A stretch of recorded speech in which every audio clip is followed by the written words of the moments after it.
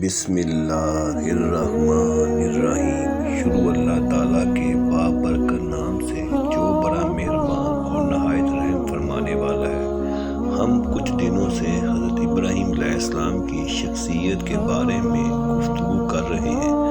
آج اس سلسلے کا پارٹ 22 ہے اور پارٹ 21 میں نے آپ کو بتایا تھا کہ چھری نے حضرت ابراہیم علیہ السلام سے کیا کہا اور حضرت ابراہیم علیہ السلام بحث سے کیا لے کر آئے، اور پوری کوشش کے باوجود بھی چھری حضرت اسماعیل علیہ السلام کی گردن پر کیوں نہ چلی۔ حضرت ابراہیم علیہ السلام تابوت سکینہ میں کیا چیز رکھی، اللہ تعالیٰ نے حضرت ابراہیم علیہ السلام کو کیا حکم دیا، ان سب باتوں کا ذکر میں پارٹ 21 میں دے چکا ہوں، اور اب پارٹ 22 میں حضرت ابراہیم علیہ السلام کے آگے کے حالات اور واقعات بیان کروں گا۔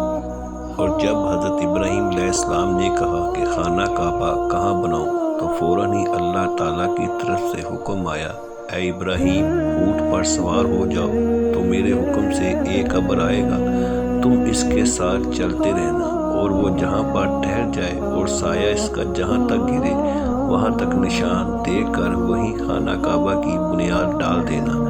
چنانچہ بحکم اللہ تعالیٰ ایسا ہی ہوا۔ اور ایک روایت یہ بھی ہے کہ ایک سانپ نے آ کر چاروں طرف حلقہ کیا، اس اندازے سے جو حلقہ کا نشان تھا بیت اللہ کی بنیاد ڈالی گئی۔ اور ایک دوسری روایت یہ بھی ہے کہ حضرت جبرائیل علیہ السلام نے آ کر جہاں تک بتا دیا وہاں تک بنا لیا۔ قول اللہ تعالیٰ ترجمہ۔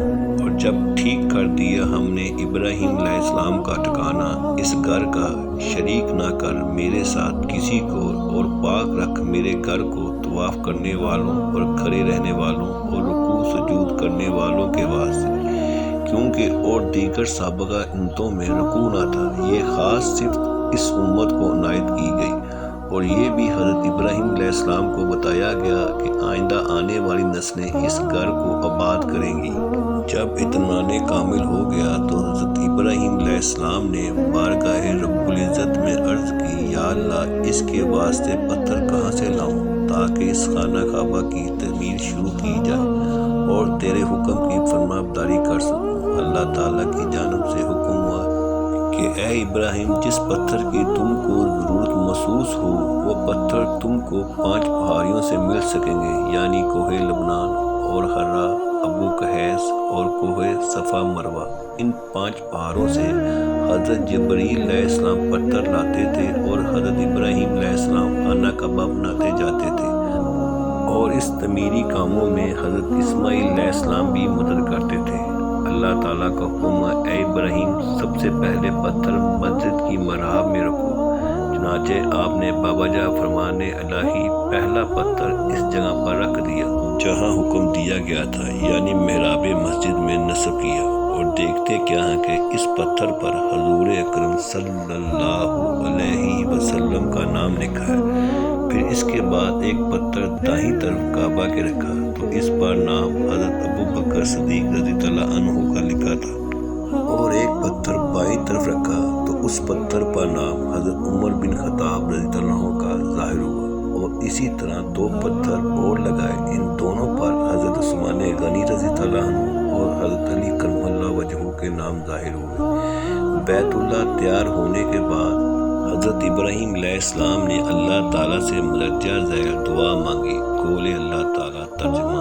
اور جب اٹھانے لگے ابراہیم اور اسماعیل بنیادیں اس گھر کی، تب کہنے لگے، اے رب، قبول کر، تو ہی افضل سننے والا اور جاننے والا ہے، اور جیسا کہ حق تعالیٰ نے فرمایا۔ ترجمہ۔ اور جب کہا ابراہیم نے اپنے رب کو، اس شہر کو امن و امان والا روزی دے، اس کے لوگوں کو میووں سے، جو کوئی ان میں سے یقین لائے اللہ تعالیٰ پر، پچھلے دن پر جو آنے والا یقیناً ہے۔ پھر فرمایا اللہ تعالیٰ نے۔ ترجمہ۔ فرمایا، اور جو کوئی منکر ہے اس کو بھی فائدہ دوں گا تھوڑے دنوں، پھر اس کو قید کر کے بلاؤں گا۔ بڑے عذاب دوزخ کے اور نہایت ہی بری جگہ ہے۔ بس حضرت ابراہیم علیہ السلام خدا کا شکر گزار لائے کہ ہم لوگوں نے اپنے ہاتھوں سے بیت اللہ بنایا۔ اس کے بعد حضرت جبرائیل علیہ السلام نے آ کر فرمایا، اے ابراہیم، خدا نے تم کو سلام کہا ہے اور فرمایا ہے کہ تم لوگوں نے بڑی محنت سے یہ گھر خدا کا بنایا ہے۔ ہمارے نزدیک اس محنت کی بہت ہی زیادہ قدر و منزلت ہے۔